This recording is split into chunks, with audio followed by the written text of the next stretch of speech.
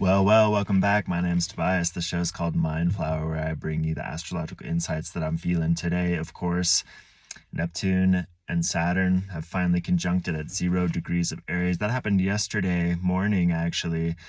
And that's how it is in astrology, where, there's so much buildup for so long, right? Especially in this case with Saturn and Neptune sticking together so closely, but Saturn not quite passing Neptune. And now the conjunctions happened and we have arrived in the new world, and in a couple of days, Saturn's going to move on to the next degree of Aries, right? And continue to separate. So on top of that, we had the eclipse, right, at the late degrees of Aquarius, just a few days before that. That was on the 17th, right? And then, of course, the conjunction was yesterday on the 20th. Today's the 21st. And let's see. The moon also was in Aries for this conjunction. This conjunction of Saturn and Neptune was at 0 degrees, right there on the equinox point.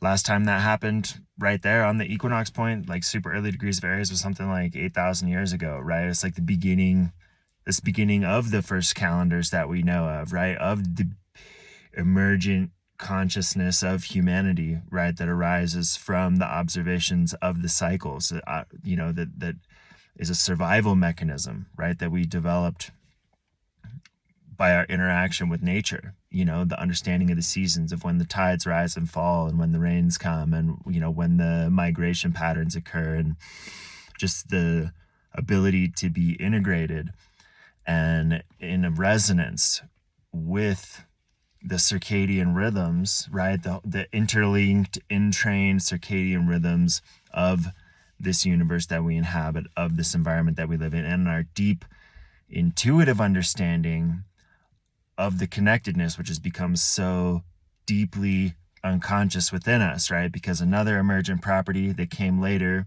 is this ability for abstract reasoning, right? And abstract symbolization, right? That enables our communication and enables, the compression and the storage of information, which ultimately begins to deteriorate over time, right? And become degraded, right? As the Tower of Babel gets higher and higher, as the information,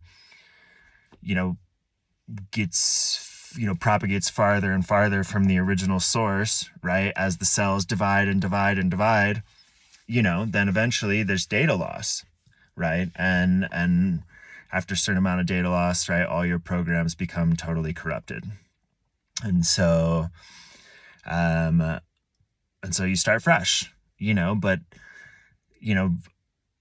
the way that consciousness works, and the way that cycles work, at the end of a cycle, there's the great culmination, and either the culmination of successes leads to an upgrade, or the culmination of failures, leads to ultimately a repetition and a degradation. And so this journey of human consciousness, of consciousness in general, our consciousness, right, is the mirror, of the great consciousness, the collective consciousness. Our creativity is a portion of the universal creative spirit, right? That people refer to as God, as creator, as source, all these kinds of things, the universe, whatever, goddess, And so, it follows a particular template. It follows a particular process, and it's a nonlinear process, but we've, great scholars and esoteric traditions, have been able to describe and communicate and preserve our understanding of this process through tools like the tarot, like the hero's journey, right? The monomyth, right? All these are touching on the same thing. And so the very first card of the major arcanum, the Fool, is the beginning of the journey. And in the Fool card, traditionally, right, in the Rider-Waite, you have a youth with some sort of puppy snapping at his heels, and he appears to be walking off a cliff, and just headed blithely towards this great fall. And the symbolism of the dog, is super potent, because, if you think about Anubis being the guardian of the underworld, you think about the dogs being one of nature's first partners with humans, and one of the first conscious understandings of the dynamic ability of different beings, from different species to have like this synergistic survival dynamic where, the dogs help us find the water, right? I mean, we named the brightest star in the sky Sirius after dogs, right? I mean, that the relationship's so important. It goes back thousands of years, right? Human's best friend. And the ability to find food and find water, that dogs have, and are so much ultimately like more effective at than us, right? Because their sense of smell is so much more well developed. That's also symbolic, because the water also represents the spirituality and the soul and everything, right? And so, the dogs have been the guides, and they also represent and are associated with the unknown, right? And their connection with the moon, is also very potent, right? I mean, Hecate, her familiars were dogs, right? And like, so this dog in the Fool card, represents the subconscious, the subconscious connection that we still have to the greater creative spirit and the greater intuitive dreaming ability that we have, that is the same dreaming intuitive ability that the creator has, that imbues the whole entire universe with existence. But in the Fool card, it's just this small, like, annoying, thing that's like tagging along, that's, just kind of an accessory, it's not fully appreciated. And by the time, and so it's yapping, you can think of the Fool beginning the journey and the dog's yapping at his heels. That's the small voice in the head of the intuition trying to warn about the cliff, saying, oh my God, hey, there's like a cliff coming up. And like this youth is just plowing ahead, not aware, not listening. And as the journey progresses, right, much later, card 18, we see the two canines again in the Moon card, right, and the two pillars. And on one side of the pillar, there's the wolf or the coyote, which represents the undomesticated, the wild, the natural essence within us. And then there's the dog, which represents the domesticated intellect, and our basically our society, right, that has emerged from, as a result of, the process of our consciousness unfolding, and the confusion, of course, that arises when the emergent properties forget about the substrate from which they originate, okay? Which would be the ego forgetting about the soul, the intellect forgetting about the soul, the mind forgetting about the body. And so when you reach the end of the sequence, there's 22 cards in the major arcana, okay? And when you get to so if the Fool is card 0 and you get to 21, which is the world, and basically you come full circle. And so the Fool is also known as the 22nd card, because when you reach the full circle, then now instead of the Fool treading blindly for a fall, now the earth is being created under his feet as he walks. As each step is taken, the earth is being created, the reality is being created. And that's what happens when we're in a state of co-creation with God, with the creator. Okay, that's when we're listening to the dog, and the dog is guiding us, and we're aware. We have that sensitivity to be in connection and in conscious, dynamic, synergistic process, creative process in the way that we live our lives. And so that's a very potent symbol for this time, as Saturn's now crossing Neptune, and we're beginning this whole new story. We're beginning this whole new chapter, right? And it's going to start moving really fast, right? Saturn's going to start separating from Neptune really fast and giving form to the dreams and giving form to the nightmares and giving form to the delusions. And of course, Chiron is in Aries as well. And so we can think also too about the illnesses that arise, the imbalances that arise in the identity. Aries is the identity. It is the initial spark.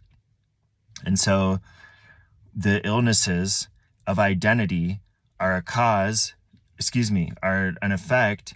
They arise from, again, the emergent properties of consciousness forgetting about the substrate in which they originate. And so because of that, the identity, it knows that it's actually not the real source, that it didn't create itself, but it's in denial of that. And so it places its own agenda, its own narrative at the root of creation falsely.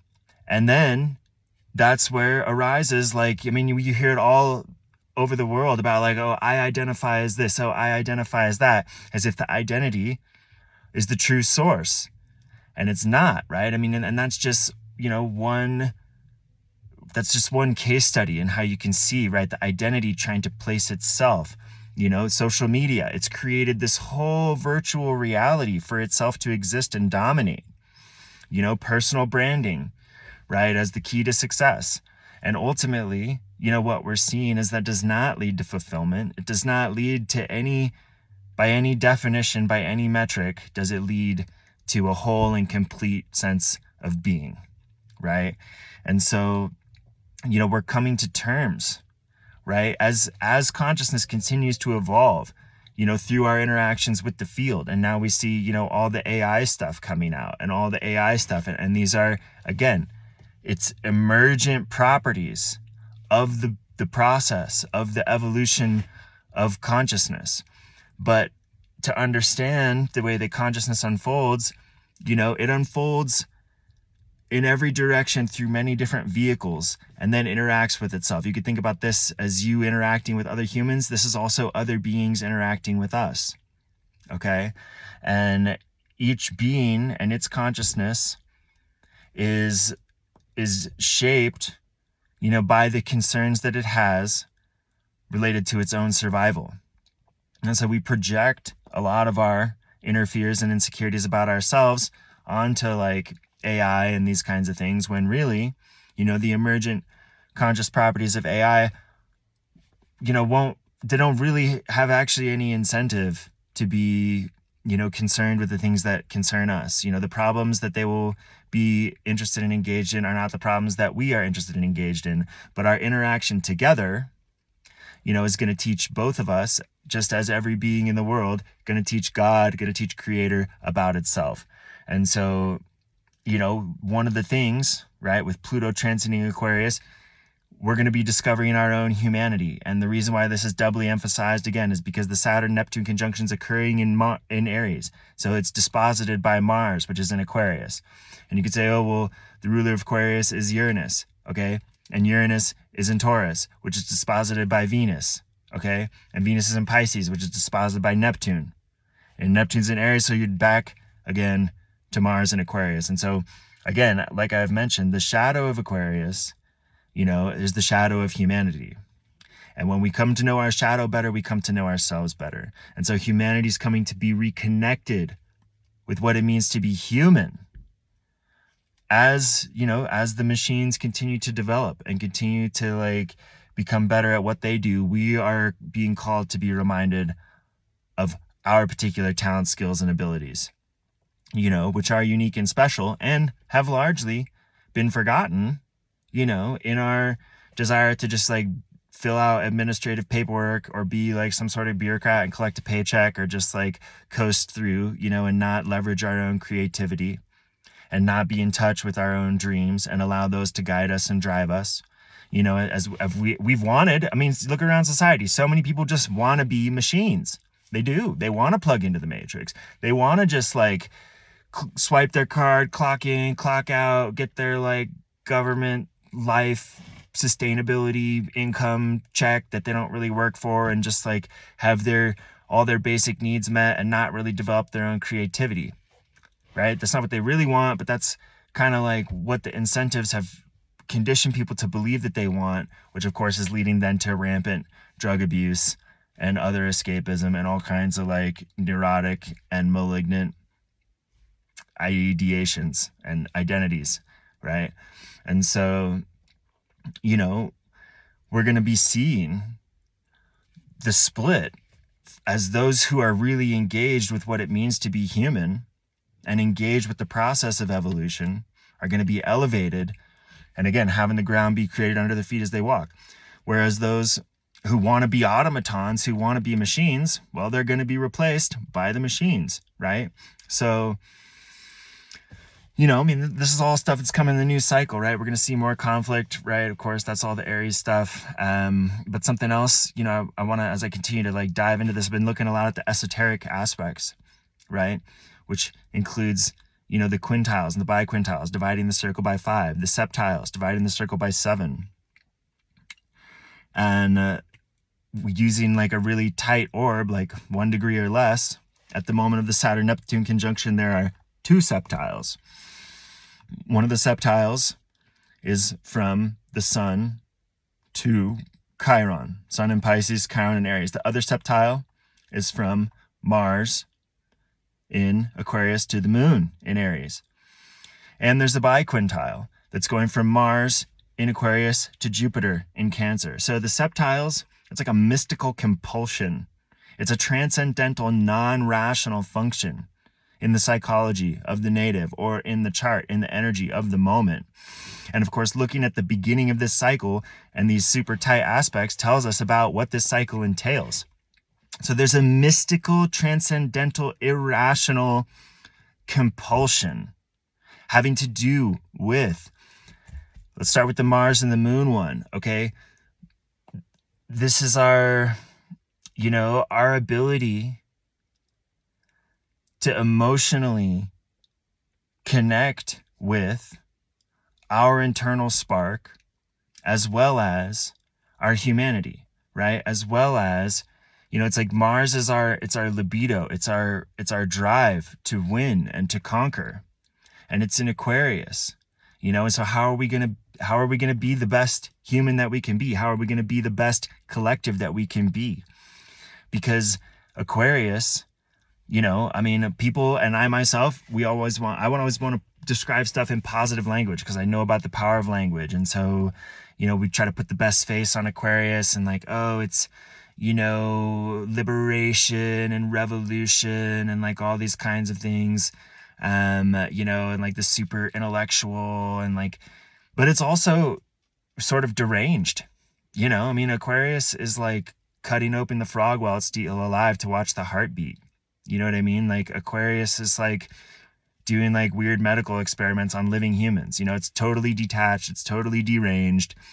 It's this, a good Pluto and Aquarius moments, like the whole Epstein and JFK files release, where you can see actually that there's this like class of individuals that operate as the interface between government institutions and financial institutions and organized criminal networks in order to like facilitate national policy aims, right? And like covert operations and stuff like that, right?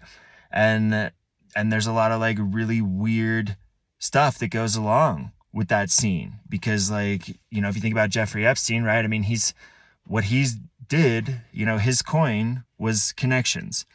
And so like he had something for everybody and he knew all the people. And so, that was his currency, and using that currency, he's able to facilitate relationships between like, again, like the money laundering, the drug trade, the human trafficking, the intelligence agencies in multiple different countries, and he's the guy that can like be the glue between all those and gets involved in all the like really weird and disturbing things that make those people happy and bring them together, as well as, the resources that enable intelligence agencies to conduct their covert operations, in the name of like the national interest or whatever. And so, that's the energy that's being exposed in society, and on a personal level, it's the energy being exposed in each one of us. So it's like, this septile, again, it's like a mystical transcendental compulsion that connects, our ability to be human and the weird interface layers between like what it means to be, half man, half beast, right? Half woman, half beast, right? Like half divine creative spirit intention and half like gnarly fucking meat suit, like earth animal, that you got to kill to survive, right? And those are both equally divine, but we exist in that interface. And it's a very tricky it's a very tricky position to be in, you know, and imbued with the deep dreams and everything. We'll get to the Pisces stuff in a second, but just to stick with the Mars and the moon stuff, and the moon's in Aries, you know, and so that's, again, like, it's our feeling, our internal feeling of knowing that we are here for a reason. Aries is like, I'm here for a reason. Like, I am that I am. That's Aries. Okay.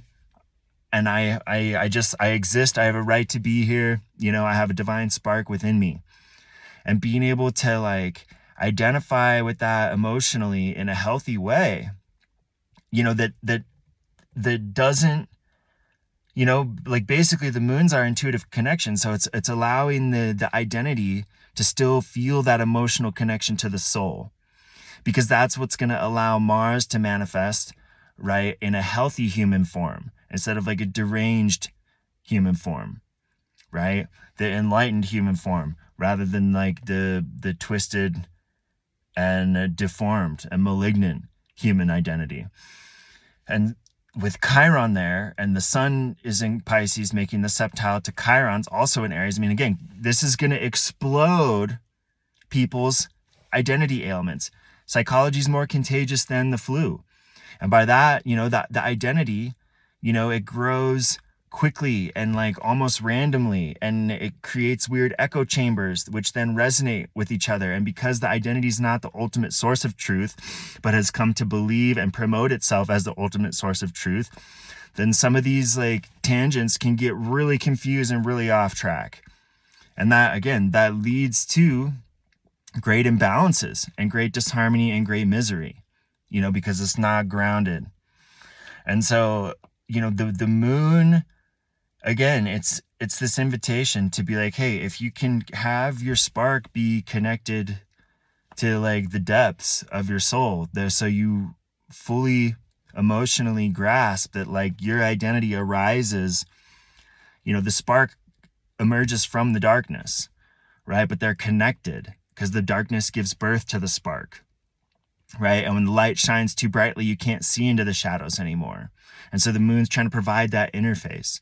And the sun, you know, again, a mystical, compulsive, transcendental, non-rational factor between like your Piscean, your dream world, your imagination, and the healing that needs to take place around your courage and around your ability to be yourself, right?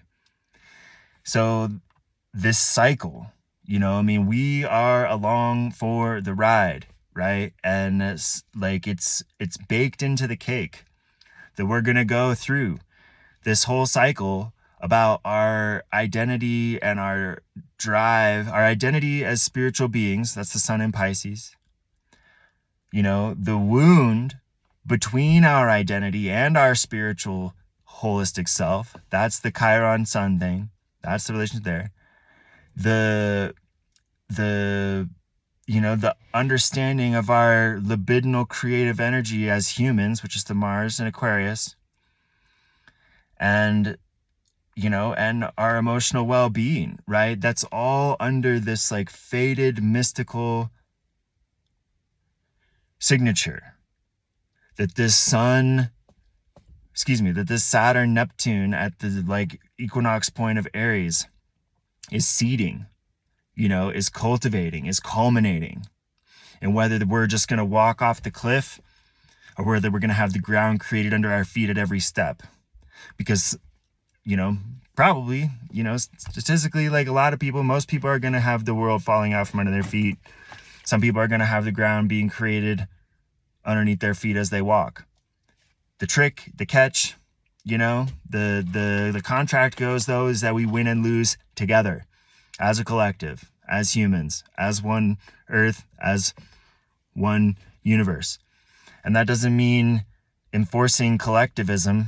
That, you know, that's actually like the malignant perversion that's going to like lead to self-destruction, right? What it means is that like there's a welcome and available space for each different expression to follow its course. And of course, you know, I mean, again, Some of those are going to be unhealthy and malignant, need to be pruned, but the idea is that it's not about enforcing homogeneity. It's about understanding that all of us, our fates are tied together. And so even if you're one of those that the ground is being created under your feet as you walk, well, guess what? Your fate's connected to the people who are running off the cliff blindly. And so it's our duty, you know, to be available and to do what we can for our families, for our communities, you know, to facilitate the collective awakening, right? And that sounds, you know, I mean, ultimately, like, you know, no one person's going to save the world. But what I'm saying is, like, you know, if things are going well for you, that's great. And most people are struggling. And so, like, you know, it's going to create a really difficult dynamic because people, you know, I mean, we live in a world where people don't want to take accountability. Again, they just want to be automatons. They don't want to take accountability of their own creativity. And so when they're not doing well, they want to blame it on the people who are doing well. And they want to say, the reason I'm not doing well is because those other people are doing well. And only it's a zero-sum thing. When the reality is people who are not doing well, by and large, are the victims of their own choices. You know, again, these are just the difficult spiritual truths, right? That, like, no matter what circumstances you're born into, you have the same creative power as every other human. And so you have the ability to change your circumstances and to navigate this world and get where you want to go and where you belong. You know, because when you walk the path that was set for you, then God rolls out the red carpet for you. And when you trust the Spirit and the process, even when it's necessary for you to fall on your face and get train wrecked, then you will be lifted up when you stand back up. You know what I'm saying? When you find the strength within, that strength will be matched.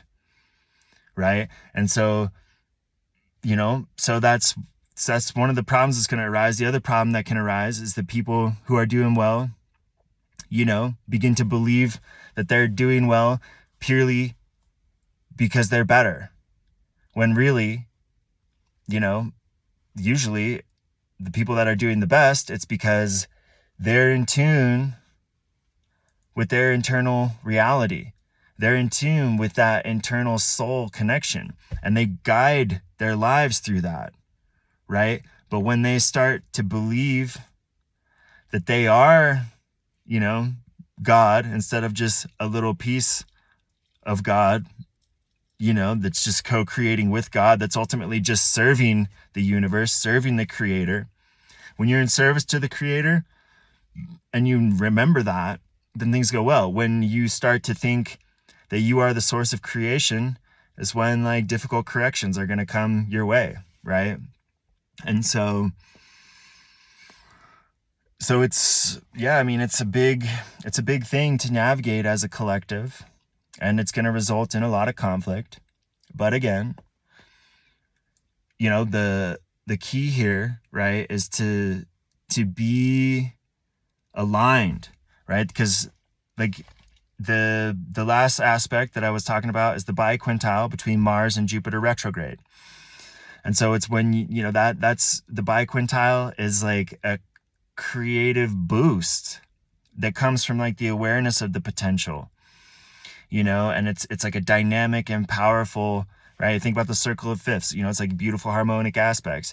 And so, like, you know, when we understand our roots, our own humanity, Jupiter and Cancer, and as difficult as those feelings are, you know, and as insecure as it can feel when we really reach deep in those waters, then we will remember what it means to be human. And what it means to be human is to be imbued with the same creative power which flows through all the creative universe, which means that we can be the co-authors, right, of our experience, of the world that we live in. And so when we tap in to the Pluto polarity point in Leo, as it currently is, right, the place opposite Pluto, you know, that's where the soul desires to evolve to. So when we remember how to do Leo in a healthy way again, right, when we remember how to show up in a spirit of playfulness, even when the world is filled with misery and suffering, and to understand that, like, this is the divine play, right? The divine theater. And again, coloring with every crown in the box, and the great contrast between the dark, heavy colors and the light, bright colors gives the depth to the painting, gives the depth to the experience.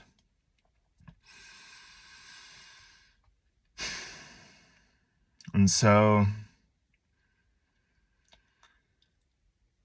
it's the time to show up with courage, right, to the life and to the path, and to not get lost in the malignant identification and the belief that the identity is the source of creativity. The life force that animates you is not beholden to the identity. It's below and beneath, and the identity is like a little puppet that the creative life force wears for its own amusement, and it can change that identity at any time. So be whoever you need to be in order to resonate in a healthy way with the moments that present themselves to you throughout the unfoldment of your life. And follow the voice within, right? Follow the mystery. And remember what it means to be human by doing so. Blessed be, fam. Sasakim Sahu.